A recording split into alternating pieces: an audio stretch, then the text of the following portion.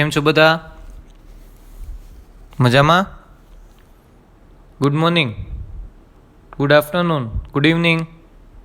I hope કે મજામાં જશો બધા. સર અમને શું વાંધો હોય, અમે મજામાં જ છીએ. ચાલો આજે આપણે આપણા સેકન્ડ લેક્ચર નીટના એટલે કે ઘન અવસ્થાના બીજા લેક્ચરની અંદર આપણે મળ્યા છીએ. ઘન અવસ્થાના પહેલા લેક્ચરની અંદર આપણે લોકોએ ઘન અવસ્થાની બેઝિક થિયરી અને નીટ બેઝિસ જે MCQ અને ઇક્વેશન હતા એ જોયું. ત્યાં આપણે યંગ મોડ્યુલસ સુધી છેલ્લે જોયેલું હતું. યંગ મોડ્યુલસની અંદર કે યંગ મોડ્યુલસ પછી આપણે શિયર મોડ્યુલસ અને બલ્ક મોડ્યુલસ બાકી હતા, પણ યંગ મોડ્યુલસના બેઝિસ ઉપર આપણે લોકોએ 4 MCQ કેલ્ક્યુલેટ કર્યા હતા. ડન. ત્યારબાદ જોવા જઈએ તો આપણે ત્યાંથી જ આપણે આગળ વધવાનું છે MCQ નંબર 5થી. પણ આગળ વધીએ પહેલાં આપણે થોડાક કન્સેપ્ટનું રિવિઝન કરી લઈએ આપણે લોકો. કે સર ક્યાં કન્સેપ્ટ? તો કે ઇક્વેશન છે થોડા ઘણા જે યાદ હશે તો આપણે ઇઝીલી અહીંયા તમે છે MCQ કેલ્ક્યુલેટ કરી શકો છો. સો હિયર અહીંયા સૌથી પહેલાં પ્રતિબળની સંજ્ઞા શું આપો છો? તો કે sir sigma. Sigma is equal to શું થાય? તો કે sir F/A. Sigma is equal two F/A. એકમ ક્ષેત્રફળ દીઠ ઉદ્ભવતા પુનઃસ્થાપક બળને પ્રતિબળ કહેવાય. સિમ્પલ છે. એકમ ક્ષેત્રફળ દીઠ ઉદ્ભવતા પુનઃસ્થાપક બળને પ્રતિબળ કહેવાય. ડન. આટલું સમજાઈ ગયું. ત્યારબાદ આપણે આગળ આવતું હતું સ્ટ્રેઇન. ઇટ મીન્સ વિકૃતિ. વિકૃતિ ઘણા પ્રકારની હોઈ શકે. એનું બદલાતું પરિમાણ એના છેદમાં એનું મૂળ પરિમાણ તમે લખી લ્યો એટલે તમને વિકૃતિ મળે. વિકૃતિ બરાબર તમે છે ને ΔL/L લખી શકો છો, સંગત વિકૃતિ. એના બરાબર આમ પણ લખી શકો છો ΔV/V, કદ વિકૃતિ, ΔD/D. આ પણ MCQમાં ઘણી વખત યુઝ થાય છે. વ્યાસમાં ઉદ્ભવતી વિકૃતિ ΔD/D. કોઈ પણ બદલાતું પરિમાણ છે ને એના અનુસંધાનમાં વિકૃતિ તમે લખી શકો છો. Done. So epsilon is equal to ΔL/L, ΔV/V, ΔD/D. જે પણ ચેન્જ થાય છે ક્ષેત્રફળમાં ઉદ્ભવતી વિકૃતિ ΔA/A પણ લખી શકો છો. ને આપને ખબર છે વિકૃતિ એ પરિમાણ રહિત રાશિ છે, આપને બધાને ખબર છે. ત્યાંથી આગળ વધીએ તો આપણી પાસે બેઝિક કન્સેપ્ટ પ્રમાણે જતા હતા તો આપણી પાસે હૂકનો નિયમ હતો ખૂબ જ નાના વિરૂપણ માટે. એટલે કે વિરૂપણ જે પ્રેક્ટિકલ લાઈફની અંદર જે ચેન્જ કે ફેરફાર થાય ને કોઈ પણ પદાર્થની ઉપર તમે બળ લગાડો. ધારો કે દિવાલ છે, દિવાલ ઉપર તમે એક ઘૂસતો મારો, સાહેબ એવું કરાય? પણ જસ્ટ રાઈટ. તો દિવાલ થોડી હલવાની છે, દિવાલ મોશનમાં આવશે, કાંઈ નહીં આવે. તો એનો મતલબ દિવાલને કંઈ થયું? હા, માઇક્રોસ્કોપિક લેવલ ઉપર તમે જ્યાં બળ લગાડ્યું ને ત્યાં પ્રતિબળ નિર્માણ થયું. એટલા અણુઓ છે ને એની પોતાની જગ્યા બદલી માઇક્રોસ્કોપિક લેવલ ઉપર. આવશું તમારા માઇન્ડમાં રાખજો. તમે એમ કહો મેં અહીંયા કંઈક બળ લગાડ્યું સર પણ અહીંયા કંઈ ફેરફાર જ નથી થયો છે, માઇક્રોસ્કોપિક લેવલ ઉપર થયો છે. એના અણુઓનો ફેરફાર થયો એ જગ્યાએ. ડન. એને જ તમે પ્રતિબળ બોલો છો. વળી પાછો તમે હાથ લઈ લ્યો એટલે દિવાલને કંઈ ચેન્જીસ દેખાય છે નહીં, તો એનો મતલબ દિવાલી પુનઃસ્થાપક કરી. જેટલા અણુનો ફેરફાર થયો તો વળી પાછા પોતાની જગ્યા ઉપર આવી ગયા. તમારું બળ લઈ લીધું એટલે પરિસ્થિતિ હતી એમની એમ. તો વસ્તુ એ છે કે અહીંયા તમે લોકો હૂકના નિયમને કઈ રીતના એપ્લાય કરો છો. કોઈ પણ વિરૂપણ થાય છે એના માટે હૂક કંઈક એવું કહે છે કે sigma is directly proportional to epsilon. It means પ્રતિબળ છે એ વિકૃતિના સમપ્રમાણમાં હોય. ને સમપ્રમાણતા કાઢો છો તો એની જગ્યાએ તમે કે મૂકી શકો K/ε. So K is equal to સિગ્મા/ε. આવી રીતના કંઈક થઈ શકે. K ઇઝ ઇક્વલ ટુ સિગ્મા/ε. આટલી વસ્તુ સમજાઈ ગઈ? ડન. કન્ફર્મ. ચાલો ડન. ત્યારબાદ હૂકના નિયમ બાદ આપણી પાસે મહત્વનું એક ઇક્વેશન મોડ્યુલસ ચાલુ કર્યા હતા. તો એની અંદર આપણી પાસે y is equal to Young modulus is equal to સિગ્મા/ε. તણાવ પ્રતિબળના છેદમાં સંગત વિકૃતિના ગુણોત્તરને યંગ મોડ્યુલસ કહેવાય. So y is equal to સિગ્મા/ε. સિગ્મા બરાબર તમે આમ લખી શકો છો F/A. Epsilon is equal to ΔL/L. So that's why તમારી પાસે ઇક્વેશન બન્યું FL/A ΔL. તમારી પાસે ઇક્વેશન બન્યું ને. આ ઇક્વેશન ડાયરેક્ટલી યાદ હોવું જોઈએ. યાદ હશે એટલે ડાયરેક્ટ યંગ મોડ્યુલસ ઇક્વેશન મૂકો અને MCQ કેલ્ક્યુલેટ કરો. સો એ કંઈ ટેન્શન લેવાની જરૂર જ નથી, અમને બધું યાદ જ છે. ડન. એટલે આટલી વસ્તુ આપણે જોઈ હતી અને આના બેઝિસ ઉપર આપણે 4 MCQ કેલ્ક્યુલેટ કર્યા હતા. હવે આપણે લોકો આના પછીનો MCQ કેલ્ક્યુલેટ કરીએ છીએ. ચાલો નોટપેન બાજુમાં. MCQ જો તમારે ગણવું હોય તો અહીંયા તમને મેં રકમ દીધેલી છે, એની નીચે ઓપ્શન છે, વિડીયો પોઝ કરો, તમારી રીતે તમે ટ્રાય કરો, પછી આગળ તમે વિડીયો ફોરવર્ડ કરો એટલે ઓલરેડી એનું સોલ્યુશન આવશે. આ રીતે કરો તો બેટરમાં બેટર છે. છતાં તમને એમ કે સર આમાં ખબર નથી પડતી તો વિડીયો ચાલુ જ રાખો, ઓલરેડી આ નીચેનું સોલ્યુશન આવશે જ. ચલો MCQ નંબર 5. અહીંયા કંઈક એવું છે કે બે તાર P અને Q સમાન મટીરિયલ્સમાંથી બનાવેલ છે. તાર Pની લંબાઈ L અને વ્યાસ R છે. વ્યાસ R છે, જો અહીંયા ભૂલ ના થાય. હકીકત આપણે ત્રિજ્યાને આ તરીકે ડિફાઇન કરીને અહીંયા ક્વેશ્ચનમાં વ્યાસને આ તરીકે ડિફાઇન કર્યો છે. જો વ્યાસ R હોય તો ત્રિજ્યા છે ને એની અડધી એટલે R/2 થાય. આ ભૂલાય નહીં, મગજમાં જવું ના જોઈ. ડન. અને બીજો એક તાર Q, એની લંબાઈ 2L છે અને એનો વ્યાસ કેટલો છે? R/2 છે. તો બંને તાર પર સમાન બળ લગાડીને ખેંચવામાં આવે તો delta LP upon delta LQ નો ગુણોત્તર શોધો. ઇટ મીન્સ P તારની લંબાઈમાં થતો ફેરફારના છેદમાં Q તારની લંબાઈમાં થતો ફેરફાર શોધવાનો છે. આટલું સમજાઈ ગયું? આમાં કંઈ ડાઉટ નથી ને કોઈને? ડન. અહીંયા કંઈક ઓપ્શન આપેલા છે 1/8, 1/4, 4 and 8. ડન. બે તાર છે, તાર P, તાર Q. આની લંબાઈ L છે, આનો ડાયામીટર છે એ R છે. આની લંબાઈ 2L છે અને આનો ડાયામીટર ઇટ મીન્સ વ્યાસ છે એ R/2 છે. આ બે તાર ઉપર સમાન બળ લાગીને ખેંચવામાં આવે તો બેની તારની લંબાઈમાં થતા વધારાનો ગુણોત્તર જોઈએ છીએ. એટલે વસ્તુ સમજાઈ ગઈ? કન્ફર્મ? ડન. ચલો ઓકે, સરસ. આનું સોલ્યુશન જોઈએ. તો અહીંયા બંને તાર માટે યંગ મોડ્યુલસ ડિફાઇન કરો. જી યંગ મોડ્યુલસનું ઇક્વેશન ડિફાઇન કરો. y sigma upon epsilon. Sigma upon epsilon, સિગ્માની જગ્યાએ F/A મૂક્યું, એપ્સાઇલોનની જગ્યાએ ડેલ્ટા L અપોન L મૂક્યું. તમારે શું ગોતવું હતું સર? અમારે તો ડેલ્ટા L ગોતવો હતો. તો ડેલ્ટા Lને કરતા બનાવી દો ફટાફટ. Delta L FL upon AY. તો F સમાન બળ છે, L લંબાઈ છે, એક ક્ષેત્રફળ આપ્યું છે કંઈ નહીં, પણ ક્ષેત્રફળ નહીં સર, ત્રિજ્યાનું ડિફાઇન કરેલું છે. તો એરિયાને તમે ત્રિજ્યાનું ડિફાઇન કરી દો πr² × y. હવે જુઓ જી, બે તાર છે નહીં સમાન છે એટલે સમાન મટીરિયલ્સમાં જ બનાવેલા એટલે યંગ મોડ્યુલસ સમાન હોય અને બંને તાર પર બળ સમાન લાગે છે એટલે F અને Y બંને સમાન. L જુદા જુદા છે અને R જુદા જુદા છે. તો અહીંયા બંનેનો ગુણોત્તર લ્યો ડેલ્ટા LPના છેદમાં ડેલ્ટા LQ. એટલે ડેલ્ટા LPની ટર્મિનોલોજીમાં ઇક્વેશન આમ બને. ડેલ્ટા LPની ટર્મિનોલોજીમાં ઇક્વેશન આમ બને. જુઓ જી, આ ડેલ્ટા Lનું ઇક્વેશન છે ને એને LPના ફોર્મમાં લખો. ડેલ્ટા LP બરાબર FLP.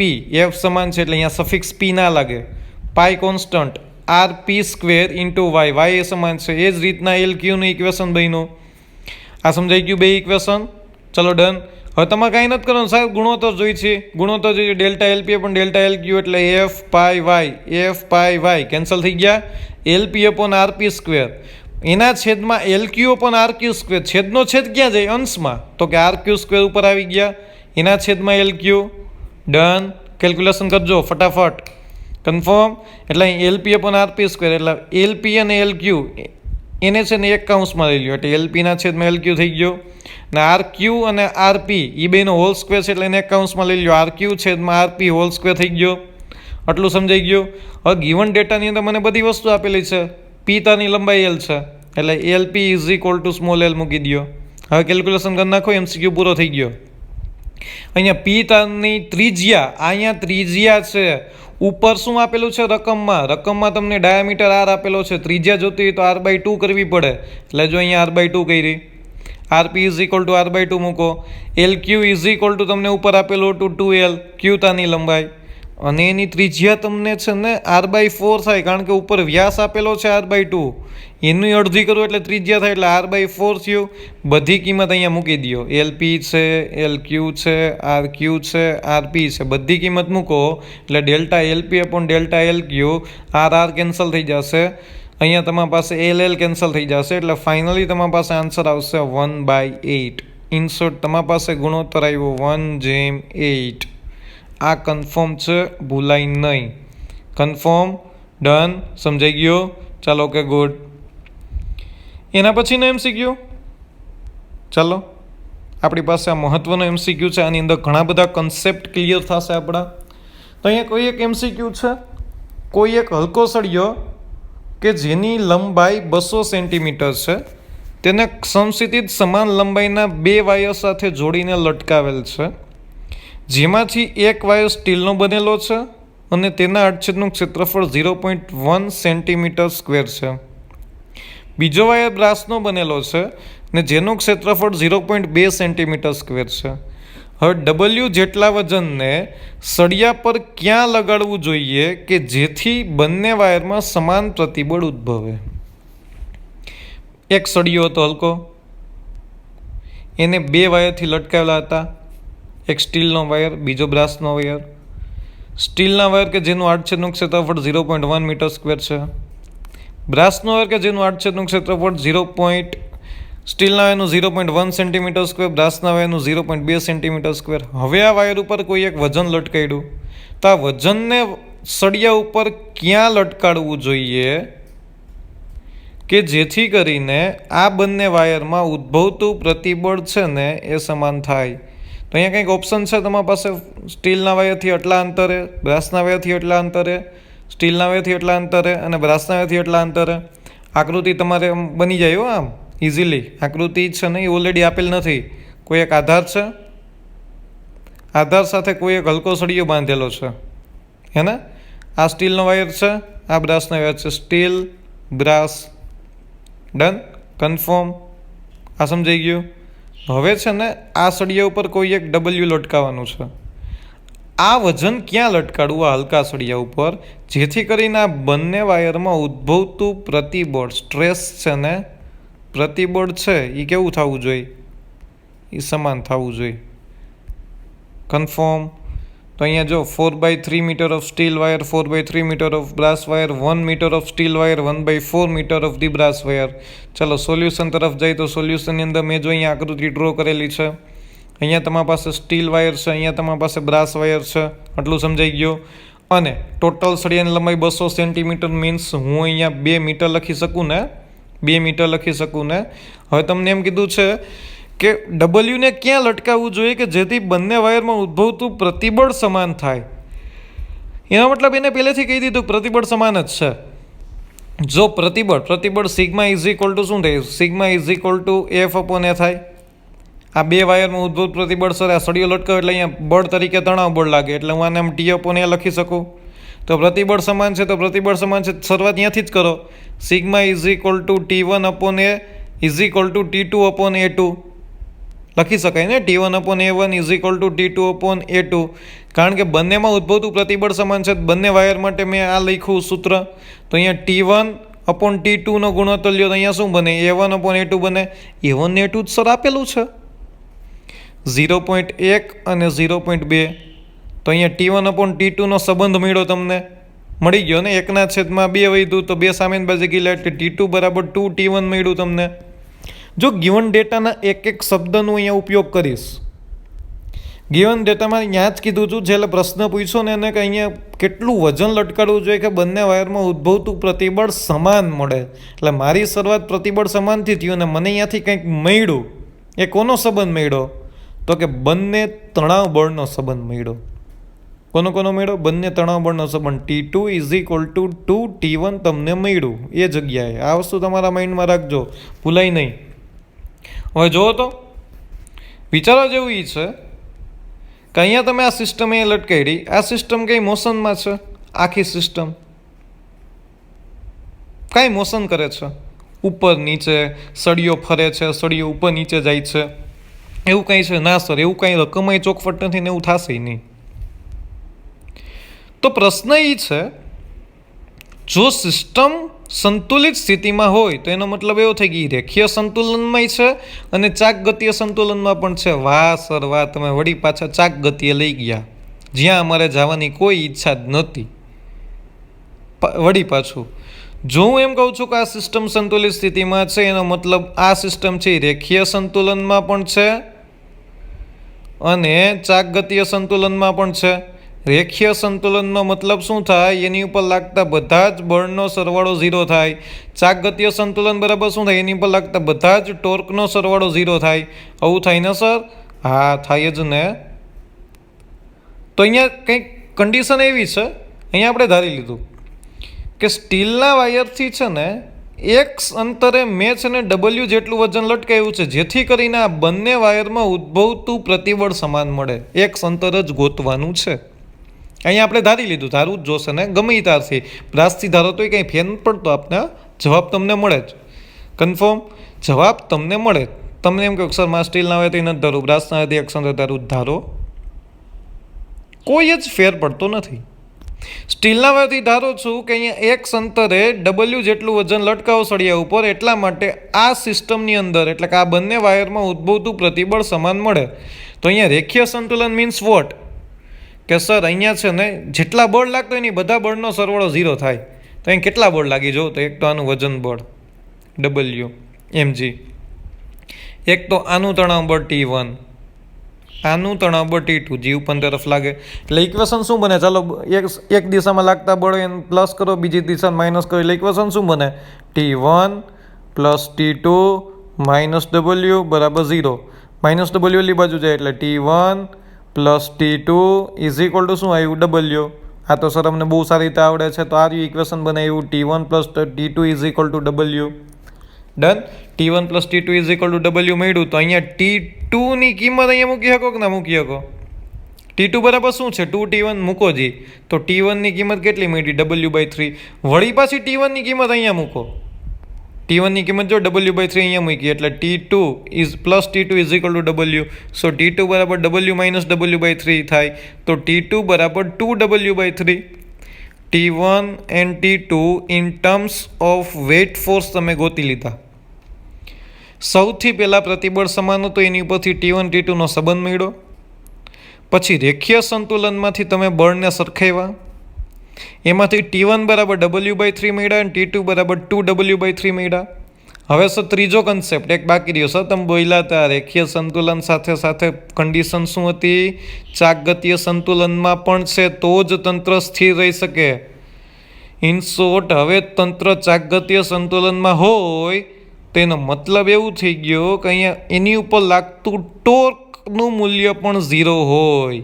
સર તમે તો હલવાયડા. ટોર્ક સ્ટીલના વાયરથી એક અંતરે વજન W લટકાવેલ છે, જેથી પ્રતિબળ શૂન્ય થાય. તો સળિયો ચાકગતીય સંતુલન માટે સળિયા ઉપર લાગતું ટોટલ ટોર્ક કેવું થશે? તો કે શૂન્ય થશે. સર ટોર્કની જ વાત આવી ગઈ તો હાલો વાંધો નહીં, ટોર્ક ગણી લઈ. ટોર્ક એટલે શું થાય? બળ ગુણ્યા લંબ-અંતર. શું થાય? બળ ગુણ્યા લંબ-અંતર. આવી રીતના છે. અહીંયા જો આકૃતિ હું ડ્રો કરું છું થાય એવી. ડન. જેથી કરીને આપને ઇઝીલી સમજાઈ જાય કે અહીંયા આપણે શું કરવાનું છે. ડન. અહીંયા W લટકાવેલ છે, અહીંથી આ x અંતર છે, ટોટલ ડિસ્ટન્સ 2 છે. તો આ અંતર કેટલું થાય? સર 2 - x થાય કે ના થાય? અહીંયા તણાવ બળ T1 છે, અહીંયા તણાવ બળ T2 છે. આ સંદર્ભ બિંદુને અનુલક્ષીને ટોર્ક જોઈ છે. ચલો, ટોર્ક બરાબર બળ ગુણ્યા લંબ અંતર થાય કે ના થાય? બળ ગુણ્યા લંબ અંતર. તો અહીંથી આને ખેંચો તો આ કઈ દિશામાં ફરશે? જુઓ તો, આ સંદર્ભ બિંદુ છે, જ્યાં W લટકાયેલું છે ને એ સંદર્ભ બિંદુ છે. ડન. તો અહીંથી આને આમ ખેંચો આ T1 ને, તો એ કઈ દિશામાં ફરશે? સર આમ ફરે. આ કઈ દિશા? તે સમઘડી દિશામાં માઇનસ હોય, તો એટલા માટે અહીંયા -T1 × x. હા કે ના? -T1 × x. અહીંયા T1 છે, અહીંયા T2 છે, અહીંયા અંતર x છે, બાકીનું અંતર અહીંયા વધ્યું 2 - x. આવું વધ્યું તમારા પાસે. એટલે આ વસ્તુ તમારા માઇન્ડમાં રાખજો. તો અહીંયા તમારા પાસે ટોર્ક બરાબર શું થાય? તો કે બળ ગુણ્યા લંબ અંતર. ને અહીંથી આમ બળને ખેંચો તો આ સમઘડી દિશામાં ફરે. સમઘડી દિશામાં લાગતું ટોર્ક આપણે માઇનસ લઈએ છીએ, એટલા માટે -T1 × x પ્લસ આ જ બિંદુને અનુલક્ષીને બીજું બળ ગયું હતું આ રહ્યું. સર જેટલા બળ હોય એટલા ટોર્ક લાગે. ડન. બીજું બળ T2 હતું, ત્યાંથી આ લંબ અંતર કેટલું છે સર 2 - x છે, એટલા માટે તમે આમ લખી શકો ને બળ ગુણ્યા લંબ અંતર. પણ અહીંથી આને આમ ખેંચો તો આ કઈ દિશામાં ફરે તો કે વિષમઘડી દિશામાં ફરે. વિષમઘડી દિશામાં લાગતું ટોર્ક છે ને સર તમે પ્લસ લ્યો છો, તો અહીંયા બળ ગુણ્યા લંબ અંતર પ્લસ બળ ગુણ્યા લંબ અંતર T2 × 2 - x is equal two 0. 0 શું કામ લખ્યું? કારણ કે ટોટલ ટોર્ક તો 0 છે. અહીંયા બે તણાવ બળ હતા, એક T1 હતું, એક T2 હતું. અહીંથી અંતર x હતું, અહીંયાથી બીજું અંતર 2 - x હતું, બળ ગુણ્યા લંબ અંતર આ સંદર્ભ બિંદુ હતું. તો અહીંયા તમારી પાસે T1 × x પણ માઇનસ સમઘડી દિશામાં, T2 × 2 - x વિષમઘડી દિશામાં પ્લસ. Done, confirm. હવે અહીંયા બરાબર 0 છે એટલે આની બાજુ જવા દો એટલે બધા પ્લસ થઈ જશે. એટલે અહીંયા શું વધ્યું? T1x is equal to T2 × 2 - x. T1x is equal to T2 × 2 - x. આવું થયું. તો અહીંયા તમારી પાસે શું થયું? W/3. T1 અને T2ની કિંમત આપણે ઉપર ગોઈતી હતી ને, અહીંયા ગોઈતી જો આ રહી. T1 ઇઝ ઇક્વલ ટુ શું છે? W/3. T2 is equal to શું છે? 2W/3. So T1 is equal two W/3, T2 is equal two 2W/3. આ કેન્સલ થઈ ગયા. x is equal two 4 - 2x એટલે 3x is equal two 4 answer મળ્યો. સો x is equal to શું મળ્યું? 4/3 metre. એનો મતલબ તમને આન્સર મળ્યો સ્ટીલના વાયરથી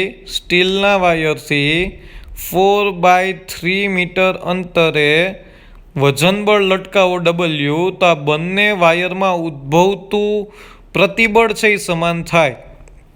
તો બ્રાસના વાયરથી કેટલું હોય? તો કે સર અમને ખબર પડી જાય ને, આખી લંબાઈ 2 છે, 2 - 4/3 તંદુ 6 -4 6/3. ડન. એટલે કન્ફર્મ. આ વસ્તુ તમારા માઇન્ડમાં રાખજો, ભૂલાય નહીં. કન્ફર્મ. ડાઉટ આમાં કોઈને? તો અહીંથી આ સમજાઈ ગયું ને, બ્રાસના વાયરથી કેટલું થઈ જશે? 2 - 4/3.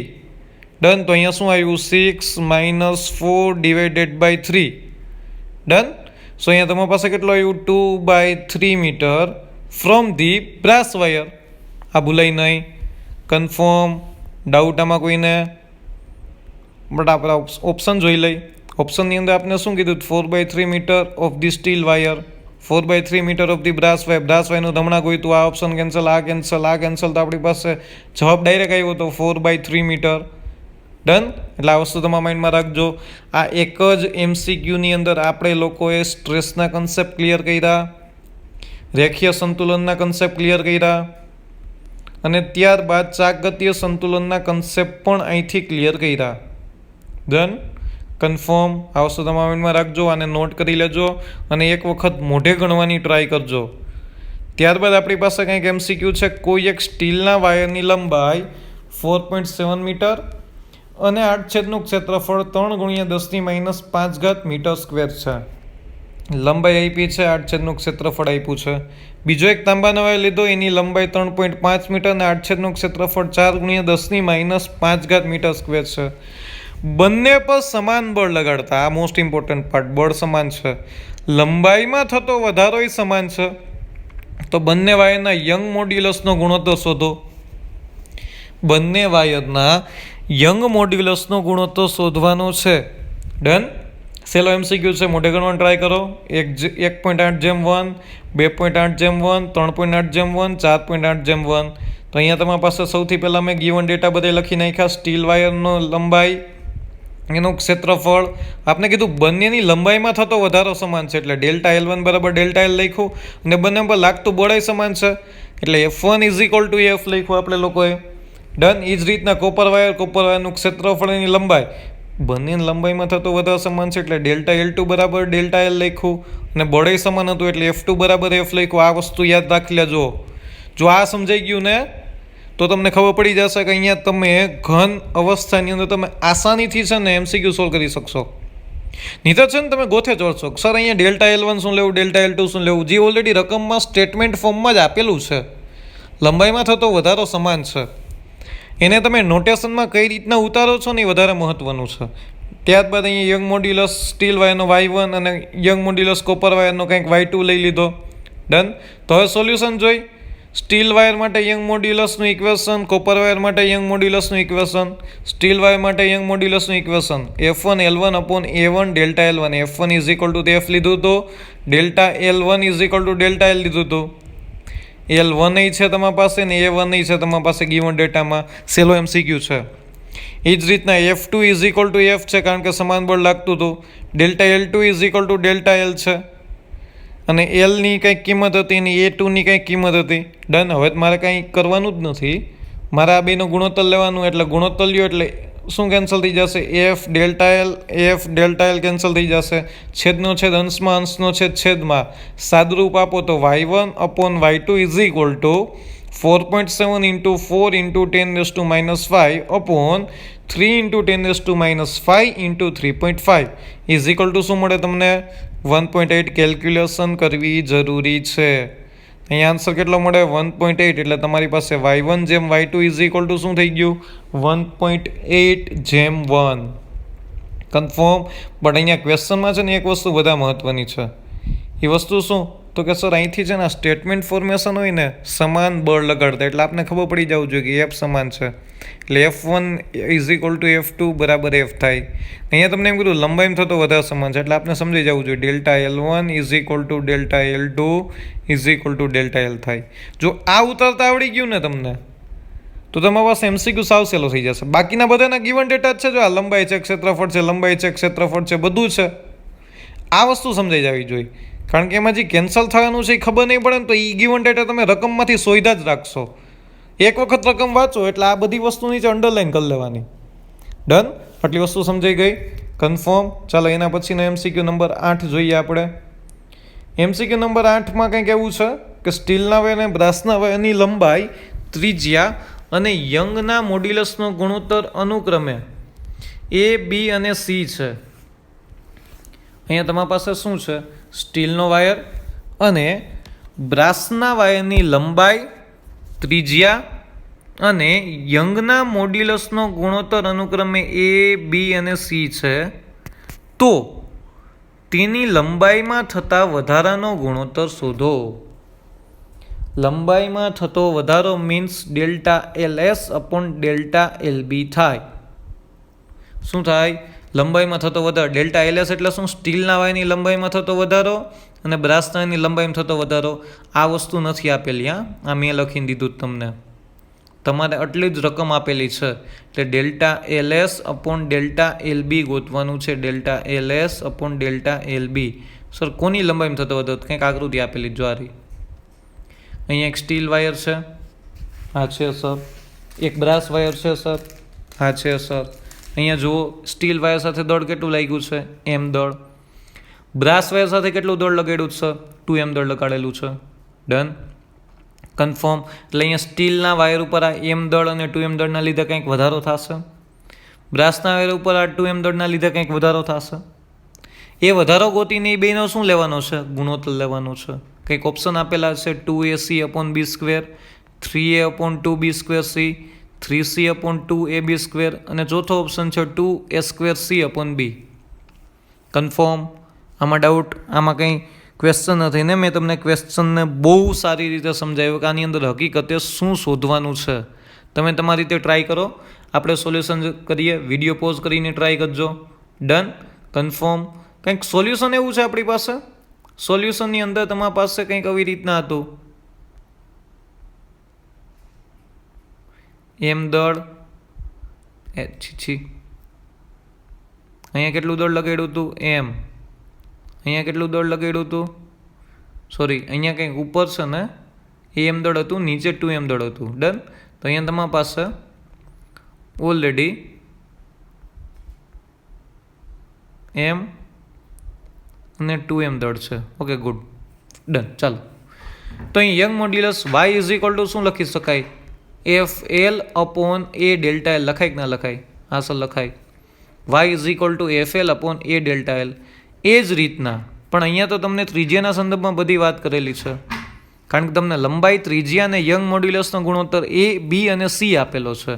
તો એરિયાને તમે કન્વર્ટ કરી દો પાઈ આર સ્ક્વેરની અંદર. તમારે શું શોધવું છે? સર ડેલ્ટા L શોધવું છે. ડેલ્ટા L શોધો. ડેલ્ટા Lને કરતા બનાવો તો અહીંયા તમારી પાસે delta L is equal to F L upon pi R square Y થાય. એટલે આ વસ્તુ તમારા માઇન્ડમાં રાખજો કે delta L is equal to તમારા પાસે F L upon pi R square Y. Done? આટલું સમજાઈ ગયું? અહીંયા તમારે શું શોધવાનું હતું તો કે ડેલ્ટા એલ, પણ ડેલ્ટા એલ ખાલી નહીં, તમારે સ્ટીલના વાયર અને બ્રાસના વાયરનો ગુણોત્તર શોધવાનો હતો. અહીંયા ગુણોત્તર શોધો એટલે ડેલ્ટા એસ, એટલે કે સ્ટીલના વાયર માટે ડેલ્ટા એલએસ અને બ્રાસના માટે ડેલ્ટા એલ બી, એનો ડાયરેક્ટ ગુણોત્તર લખી નાખો. ચલો, અહીંયા ડાયરેક્ટલી સમપ્રમાણમાં છે. ડન? એફ એટલે અહીંયા F S upon F B લખ્યું. ત્યારબાદ આઈ છે એ ડાયરેક્ટ સમપ્રમાણમાં છે એટલે એલએસ અપોન એલ બી લખ્યું. આર છે એ વ્યસ્ત પ્રમાણમાં છે એટલે એનો વર્ગ છે પાછો, એટલે R B square upon R A square લખ્યું. એ જ રીતના યંગ મોડ્યુલસ વ્યસ્ત પ્રમાણમાં છે એટલે Y B upon Y S લખ્યું. પાઈ પાઈ તો કેન્સલ થઈ જાય, ગુણોત્તર લઈ લ્યો. એટલે વસ્તુ એ છે કે આ બધાની કિંમત શું મૂકવી. અહીંયા તમારી પાસેની કન્ડિશન કંઈક એવી હતી કે અહીંયા એમ દળ લટકેલું હતું, અહીંયા કંઈક 2m દળ લટકાવેલું હતું, આ કંઈક સ્ટીલનો વાયર હતો, આ કંઈક બ્રાસનો વાયર હતો. સ્ટીલના વાયર ઉપર ટોટલ વજન બળ કેટલું એ જોવો જી. આ દળ એમ, આ દળ 2m, આનું વજન બળ mg, આનું 2mg, એટલે ટોટલ વજન બળ સ્ટીલના વાયર ઉપર 3mg જેટલું થાય. આ ભૂલાવું ના જોઈએ, એટલા માટે જો અહીંયા એફ એસની જગ્યાએ મેં શું મૂક્યું 3mg. એ જ રીતના બ્રાસના વાયરની વાત કરીએ. બ્રાસના વાયરની જો વાત કરો તેની ઉપર કેટલું દળ લટકેલું છે. આ બ્રાસનો વાયર છે, આ સ્ટીલનો વાયર છે. બ્રાસના વાયર ઉપર વજન બળ સર આ 2m જેટલું જ છે. અહીંયા દળ 2m જેટલું છે એટલે વજન બળ કેટલું થશે 2mg જેટલું થશે. એટલે માટે બ્રાસના વાયરની જગ્યાએ મેં શું મૂકી દીધું 2mg. ને આપને ખબર જ હતી બંનેની લંબાઈનો ગુણોત્તર LS upon L B is equal to કંઈક એ આપેલું હતું, રકમ જોઈ લ્યો. લંબાઈનો ગુણોત્તર, ત્રિજ્યાનો ગુણોત્તર અને યંગ મોડ્યુલસનો ગુણોત્તર અનુક્રમે એ બી અને સી છે. તો એલએસ અપોન એલ બી બરાબર મેં ડાયરેક્ટ શું મૂકી દીધું એ, પરંતુ R S upon R B is equal to તમને બી આપેલું છે, પણ અહીંયા ગુણોત્તર કોનો છે જોવો જી. આર બી અપોન આર એ ને એનો પાછો હોલ સ્ક્વેર, એટલે આનું વ્યસ્ત થાય કે ના થાય, એટલે 1 અપોન બી ને વળી પાછો એનો શું થશે હોલ સ્ક્વેર, એટલે અહીંયા જો મેં અહીંયા 1 અપોન બી સ્ક્વેર મૂક્યું. એ જ રીતના યંગ મોડ્યુલસનો ગુણોત્તર Y S upon Y B is equal to તમને છે ને સી ગુણોત્તર દીધો છે, પણ અહીંયા ગુણોત્તર વાય બી અપોન વાય એસનો છે, એટલે આનું વ્યસ્ત થાય કે ના થાય. ડન? તો અહીંયા 1 અપોન સી આવે, જો અહીંયા 1 અપોન સી મૂક્યું. ડન? અહીંયા એમજી કેન્સલ થયા. વધ્યું શું તો કે 3 ઇન્ટુ એ અપોન 2 બી સ્ક્વેર સી. હજી એક વખત 3 ઇન્ટુ એ અપોન 2 બી સ્ક્વેર સી, 3 ઇન્ટુ એ અપોન 2 બી સ્ક્વેર સી. એટલે આ વસ્તુ યાદ રાખજો. એટલે આપણી પાસે ઓપ્શન છે કંઈક 3a અપોન 2 બી સ્ક્વેર સી, એટલે બી ઓપ્શન આપણી માટે સાચો છે. સ્ટીલના વાયર અને બ્રાસના વાયરની લંબાઈ, ત્રિજ્યા અને યંગ મોડ્યુલસનો ગુણોત્તર એ બી અને સી છે. જો ગુણોત્તર ઊંધો થઈ ગયો તો તમારે બીની જગ્યાએ 1 અપોન બી લખવું પડે અને સીની જગ્યાએ 1 અપોન સી લખવું પડે, પણ ત્રિજ્યાનો વર્ગ હતો એટલે તમે અહીંયા 1 અપોન બી સ્ક્વેર મૂક્યું. આ વસ્તુ તમારા માઇન્ડમાં રાખજો. એક વખત એમસીક્યુને બહુ સારી રીતે જોઈ લેજો. ડન? અહીંયા તમારા પાસે જોઈ લેજો, પાઈ કેન્સલ થઈ ગયા. અહીંયા વજન બળ કઈ રીતના મૂક્યું, સ્ટીલના વાયરની નીચે 2 દળ લટકેલા હતા, એમ અને 2m, એટલે ટોટલ વજન બળ 3mg થઈ ગયું. અહીંયા બ્રાસના વાયરની નીચે એક જ દળ લટકેલું હતું 2m, એટલે અહીંયા વજન બળ શું થઈ ગયું 2mg થઈ ગયું. અહીંયા 3mg, mg તો કેન્સલ થવાના હતા, ગુણોત્તર લીધો છે. ડન? એટલે આ વસ્તુ તમારા માઇન્ડમાં રાખજો. ત્યારબાદના આપણી પાસે કંઈક એમસીક્યુ છે. પોલિએસ્ટર ફાઇબરના દોરડાનો વ્યાસ 3 સેન્ટીમીટર અને તેની સ્ટ્રેન્થ 150 કિલોન્યુટન છે. દોરડાનો વ્યાસ કેટલો છે 3 સેન્ટીમીટર. બ્રેકિંગ સ્ટ્રેન્થ એટલે શું તો કે એટલું બળ લગાડો ને ત્યાં સુધી એ વાયર છે ને બ્રેક નહીં થાય. જો એના કરતાં વધારે જો બળ લગાડ્યું તો એ ફાઇબર છે કે વાયર છે એ બ્રેક થઈ જશે. એની બ્રેકિંગ સ્ટ્રેન્થ એટલે ઇન શોર્ટ તમને મહત્તમ બળ આપેલું છે 150 કિલોન્યુટન. હવે જો એની ઉપર તમે 152 કિલોન્યુટન બળ લગાડો ને તો એ ફાઇબર છે ને એ તૂટી જશે. એની બ્રેકિંગ સ્ટ્રેન્થ કહેવાય. ઇન શોર્ટ વાયર પર લાગતું મહત્તમ બળ તમને આપેલું છે. હવે તમને એમ કીધું છે કે હવે જો તેની બ્રેકિંગ સ્ટ્રેન્થ 600 કિલોન્યુટન કરવી હોય તો તેનો વ્યાસ કેટલો હોવો જોઈએ. એક વ્યાસ આપેલો હતો ત્યારે એની બ્રેકિંગ સ્ટ્રેન્થ 150 કિલોન્યુટન છે. બીજો ઓલરેડી બ્રેકિંગ સ્ટ્રેન્થ આપેલી છે ત્યારનો વ્યાસ કેટલો હોવો જોઈએ? કંઈક ઓપ્શન આપેલા છે 12 સેન્ટીમીટર, 6 સેન્ટીમીટર, 3 સેન્ટીમીટર, 1.5 સેન્ટીમીટર, આટલું તમને આપેલું છે. ડન. તો ચાલો ઇઝી છે, જોઈએ. વાયનું ઇક્વેશન શું થાય? F L upon A delta L. Y સમાન છે, ઓબ્વિયસ છે. બ્રેકિંગ સ્ટ્રેન્થ મીન્સ બળ. ડન. અને વ્યાસનો સંદર્ભ એટલે ક્ષેત્રફળ. Y constant, L constant, delta L constant, એટલે એફ અપોન એ બરાબર અચળ થઈ ગયું. હા કે ના? બધું કોન્સ્ટન્ટ છે, કાંઈ ચેન્જ થતું નથી. ડન. એફ અપોન એ બરાબર અચળ, તો F is directly proportional to A લખી શકું. ડન. તો F is directly proportional to A લખ્યું. તો આનો ગુણોત્તર જોતો હતો તો F2 upon F1 is equal to A2 upon A1. A2 upon A1 તમને વ્યાસ ગોતવાનો કીધો છે, એટલે ક્ષેત્રફળ વ્યાસના સંદર્ભમાં મુકાય. વ્યાસના સંદર્ભમાં ક્ષેત્રફળ π/4 d² થાય. એટલે અહીંયા π/4 d2 સ્ક્વેરના છેદમાં π/4 d1 સ્ક્વેર. તો અહીંયા π 4 કેન્સલ, તો વધ્યું શું? F2 upon F1 is equal two d2 square upon d1 square. અહીંયા d2 ને કરતા બનાવો તો d2 બરાબર d1 કાઉન્સમાં F2 અપોન F1 1/2 થાય જ ને. કેવી રીતના સર? તો કે અહીંયા તમે d2 સ્ક્વેરને કરતા બનાવો તો અહીંયા d1 square into F2 upon F1 થાય. આ સ્ક્વેર કાઢી નાખો તો અહીંયા અંડરરૂટ થાય, તો d1 સ્ક્વેરનું અંડરરૂટ એટલે d1 જ થાય ખાલી. અને F2 અપોન F1 અંડરરૂટ એટલે હું આમ લખી શકું ને, F2 અપોન F1 એનું અંડરરૂટ એટલે 1/2 ઘાત લખી શકાય કે ના લખી શકાય? બસ એ જ લખ્યું છે મેં, આર્યું. ડન. d1ની કિંમત છે આ છે 3 સેન્ટીમીટર. F2 600 એના છેદમાં 150 એટલે અહીંયા એનું 1/2 ઘાત એટલે અહીંયા 4/1/2 આવ્યું. ડન. 15 ચોક 60 એટલે અહીંયા 4/1/2 આવ્યું. 4નું વર્ગમૂળ 2 થાય, આગળ તો 3 હતું જ એટલે 3 ગુણ્યા 2, એટલા માટે આન્સર શું આવ્યો તમારી પાસે? 6 સેન્ટીમીટર. આ વસ્તુ તમારા માઇન્ડમાં રાખજો. MCQની કેલ્ક્યુલેશન સાવ ઇઝી છે, પણ આ વસ્તુ વિચારવી ને એ મેઇન છે. યંગના મોડ્યુલસમાંથી એફ અપોન એનો ગુણોત્તર કોન્સ્ટન્ટ મળ્યો. Y constant, L constant, delta L constant. So F upon A is directly proportional to A, કારણ કે તમને રકમની અંદર એનો જ સંદર્ભ આપેલો છે. આ વસ્તુ તમારા માઇન્ડમાં રાખજો. Confirm. F upon A is equal to constant લખો તો F is directly proportional to A થઈ જાય. હે કે નહીં? ને ક્ષેત્રફળથી ત્રિજ્યાના સંદર્ભમાં નથી આપ્યું, વ્યાસના સંદર્ભમાં આપ્યું છે. વ્યાસ ગોતવાનું કીધું છે એટલે અમે પાઈ આર સ્ક્વેરની જગ્યાએ શું લખ્યું? π/4 d². સિમ્પલ. આટલી વસ્તુ મગજમાં બેસી ગઈ. ડન. ચાલો એના પછીનો નેક્સ્ટ MCQ આપણે કેલ્ક્યુલેટ કરીએ. ચાલો સરસ. કોઈ એક રબરના દોરડાની લંબાઈ 8 સેન્ટીમીટર છે. કેટલી છે? 8 સેન્ટીમીટર. અને તેના એક છેડાને છત સાથે બાંધેલ છે, તો દોરડાના પોતાના જ વજનના કારણે તેની લંબાઈમાં થતો વધારો શોધો. સર આ તો થિયરી આપણે ભણ્યા છીએ. ઇક્વેશન ડાયરેક્ટ યાદ છે ને તો એક જ સ્ટેપમાં જવાબ આવે. કારણ કે થશે એવું કે સમય જતો જાય એમ પછી ઇક્વેશન જ ભૂલાતા જાય. આ તો હમણાં જ આપણે એના આગળના લેક્ચરમાં ભણ્યા એટલે ઇક્વેશન યાદ હશે, આઈ હોપ. ડન. તો એનો મતલબ એવો થઈ ગયો ને આ જગ્યાએ ઇક્વેશન યાદ છે તો ડાયરેક્ટલી કિંમત મૂકો, જવાબ આવશે. ડન. તો પોતાના જ વજનના કારણે એના થતો વધારો શોધવાનો છે. તો અહીંયા તમારી પાસે ઓલરેડી યંગ મોડ્યુલસનું equation, Young modulus Y is equal to FL upon A delta L થાય. ડન. એફની જગ્યાએ પોતાનું જ વજન mg, અને આ mg ક્યાં લાગે તો કે L/2 ઉપર લાગે. ડન. તો કે અહીંયા L/2 લખ્યું એટલે તમારી પાસે ઇક્વેશન કંઈક બની ગયું, delta L is equal to mgL upon 2ay. Confirm. ભૂલાશે નહીં ને, mgL અપોન 2ay. તમારી પાસે આ ઇક્વેશન બની ગયું.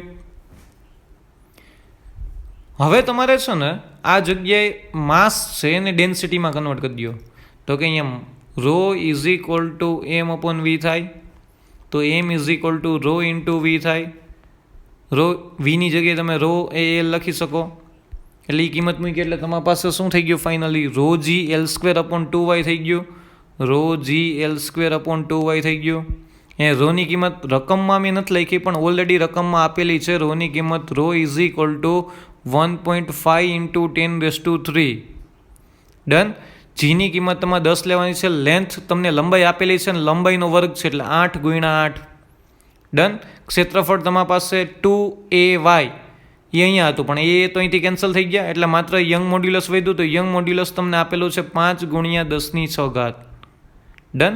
એ આપેલું છે અહીંયા ડેન્સિટી રો અને વાય બંને આપેલા છે રકમની અંદર, એ લખાણા નથી. ડન. એટલે રો તમારા પાસે 1.5 × 10⁻³ આ યાદ નથી રાખવાનું, એ આપેલું જ છે. અને યંગ મોડ્યુલસ તમારા પાસે 5 × 10⁶ આ આપેલું છે, યાદ નથી રાખવાનું. ડન. એટલે આ વસ્તુ યાદ રાખજો. લંબાઈ આપેલી છે, જી તો તમે 10 લ્યો જ છો. આ બધી કિંમત મૂકો એટલે તમારી પાસે જવાબ આવે 9.6 × 10⁻²મીટર. હવે પ્રશ્ન એ છે કે તમને એમએમમાં આપ્યું છે 9.6 × 10⁻². હવે મીટરને એમએમમાં કન્વર્ટ કરવું હોય તો 10⁻³ વડે ગુણવું પડે. 1 મીટર બરાબર 10⁻³ mm થાય. હવે મીટરને મારે કન્વર્ટ કરવું છે, આ મીટર છે ને કન્વર્ટ કરવું છે મારે એમએમમાં, એટલે કેટલી ઘાત વડે ગુણ્યા 10⁻³, એટલે 10ની કેટલી ઘાત વધી 1 ઘાત, એટલે 9.6 × 10⁻² × 10⁻³ તો વધ્યું કેટલું તમારી પાસે 9.6 × 10⁻², એટલે 9.6 × 10 બરાબર કેટલા આવે 96 mm. કેટલા આવશે 96 mm. આ વસ્તુ ભૂલાય નહીં. ડાયરેક્ટ આ ઇક્વેશન યાદ છે ને, ડેલ્ટા એલનું ડાયરેક્ટ આ ઇક્વેશન યાદ છે, રોજી L²/2y તો ડાયરેક્ટલી મૂકી દો. આ તો ધારો કે કોઈને કન્સેપ્ટ ભૂલાઈ ગયા છે ને તો મેં આ વસ્તુ લખેલી છે. ધારો કે ડેન્સિટી એટલે ઘનતા આપેલી છે તો આના ટર્મમાં લખો, જો દળ આપેલું છે તો આ ઇક્વેશન મૂકો, ઘનતા આપેલી છે તો આ ઇક્વેશન મૂકો. ડિપેન્ડ કરે છે કે ઇવન ડેટા ઉપર કઈ રીતના છે. અહીંયા તમને રો અને વાય આપેલા છે, હા અહીંયા ત્યાં રકમમાં લખાણા નથી, એટલે આ વસ્તુ યાદ રાખજો. રો અને વાય મેં અહીંયા તમને દઈ દીધા સોલ્યુશનમાં. ડન. કન્ફર્મ. આ થિયરી આપણે ઓલરેડી ભણેલા હતા, એટલે આ MCQ આપણે કેલ્ક્યુલેટ કર્યો. ત્યારબાદ નેક્સ્ટ MCQ, આ લેક્ચરનો છેલ્લા MCQ જોઈએ છીએ આપણે. કોઈ એક ધાતુના તારને એક છેડો છત સાથે અને બીજા છેડાને 2 kg દળ સાથે લટકાવેલ છે. હવે તેની નીચે તેના જેવા બીજા તારને 1 kg દળ સાથે આકૃતિમાં દર્શાવ્યા અનુસાર લટકાવેલ છે. તો બંને તારમાં ઉદ્ભવતી સંગત વિકૃતિ શોધો. વિકૃતિ શોધવાની આવી. બંને તાર માટે ક્ષેત્રફળ સમાન છે, યંગ મોડ્યુલસ સમાન છે, અને જી એટલું લેવાનું છે. અહીંયા સિસ્ટમ કંઈક આવી બની ગઈ. આ રહી, કોઈ એક છત સાથે કોઈ એક વાયર લીધો, એને 2 kg દળ સાથે લટકાવ્યો.